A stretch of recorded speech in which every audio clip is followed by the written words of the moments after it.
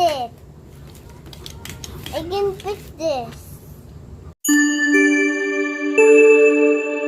Another day, another mini vlog na naman tayo for today's video mga karimix. And a day in my life ng isang rakiterang-beriterang pilingera, Asia's Remy. At dahil kagagaling nga lang namin ng isang araw sa SM, eto nga ang naisipan naming ulam for today. Pag napunta talaga kami sa SM Supermarket, hindi talaga nawawala ang isa kasi talaga ito sa paborito ko. At dahil malamig nga ang panahon na dito sa Lipa, hindi ko alam kung dito nga lang sa Lipa, talagang naisipan nga namin at gusto ko talaga. Pero kung hindi talaga malamig ang panahon at talagang gusto ko humigop ng sabaw, talagang magiging buttered sa lugar niyo ba mga karimix, malamig na rin ba at malakas na rin ba ang hangin? Dito kasi talaga sa Lipa, ramdam na namin. O hindi lang ako sure, baka may bagyo lang. Alam niyo naman kung ano ang mga ingredients at mga pwedeng lahok sa sinigang. Ako lang ba mga karimix yung ganito na gusto ko kahit sinigang sinasangkot siya or ginigisa muna ang sibuyas at bawang. Pakiramdam ko kasi talagang mawawala yung lansa, tsaka iba talaga pag sinasangkot ganito rin siya. Ba kayo mga karimix sa lahat ng niluluto nyo? Dito na nga sa kasirola nagsote para naman diretso na pag nilagyan ng sabaw. Siyempre nauna na sibuyas bawang at nang lumabas na nga yung aroma at medyo brown na, sinunod na nga ang kamatis. Imekos-mekos nyo lang yan hanggang sa medyo lumambot-lambot na yung kamatis. At kapag okay na nga ito at isinunod na rin tong labanos kasi medyo matigas nga ito at medyo matagal din tong pakuluan. Sinsipon naman to mas mabilis pang maluto kasi hindi naman natin pwedeng i-overcook ang hipon. Hindi ko na nga na-videohan nang malagyan ko na nga ng sabaw at ng mga pampalasa. At after nga na kumulo ang tubig or ang sabaw, isunod na natin yung sitaw at ang okra. Nakadepende pa rin naman sa inyo mga karimix kung anong gusto nyong ilagay na gulay. At syempre naka-ready rin or naka-set aside itong mga hipon na nilinisan na. Antayin nga lang natin lumambot ng saktong lambot yung mga gulay na nilagay natin kanina. At habang iniintay nga at kumukulo na nga ito, ilagay na rin natin yung sinigang mix or pampaasim. At kapag okay na rin ito at isunod ko na at kahulihang inilalagay, syempre yung kangkong. Paborito ko rin talaga mga karimix itong kangkong na nilalagay nga sa sinigang, hindi pwedeng mawawala yan. Then imekos-mekos lang natin yan hanggang sa maging okay na at sakto na ang lasa. Partida mga karimix, tingnan nyo at naglalaba pa ako. Alang-alang nga sa sasahudin kay Lolo. Sayang din. At syempre after nga ng lahat, syempre wag na nating patagalin, kumain na tayo habang mainit pa ang sabaw. Ngayon ko nga lang napansin mga karimix na wala pala sa video nung inilagay ko yung tulad nga ng sabi ko, naglalaba ako kaya naman paputol-putol nga ang video anyway, ko. Mga karimix, ito nga at kumakain na nga kami. Ito naman junakis ko ay nangungulit sa likuran ko. Tamang-tama nga rin at meron nga kaming chili oil na ginawa si Habibi. Hindi nga pala kumakain ng junakis ko ng hipon. Hindi ko alam kung bakit pero ayaw niya. Hindi niya try. Bukod nga dun mga karimix, napansin namin nung first time ko nga siyang pakainin ito. Medyo parang namula yung katawan niya. Simula nga nun na parang na-allergy siya. Hindi ko na nga siya ulit pinakain. Maliit pa nga siya that time mga karimix. I think parang mga 1-year-old siya that time. Pero hindi ko pa ulit natatry ngayong pakainin siya kung may nagbago. Gusto ko rin naman siyang patikimin kaya lang talagang ayaw niya. Salungat nga kami ng gusto ng batang to. Itong ang hipon na ito ay paboritong Samahan ko pa nga ng mga paborito kong gulay o kaway-kaway sa mga may paborito dito na sinigang. Samahan pa nga ng chilo ay na napakasarap na sariling gawa nga ni Habibi. O diba, sirang-siraan diet dito. Tamang-tama din talaga sa panahon na napakalamig. At yun lang muna for today's video mga karimix. Maraming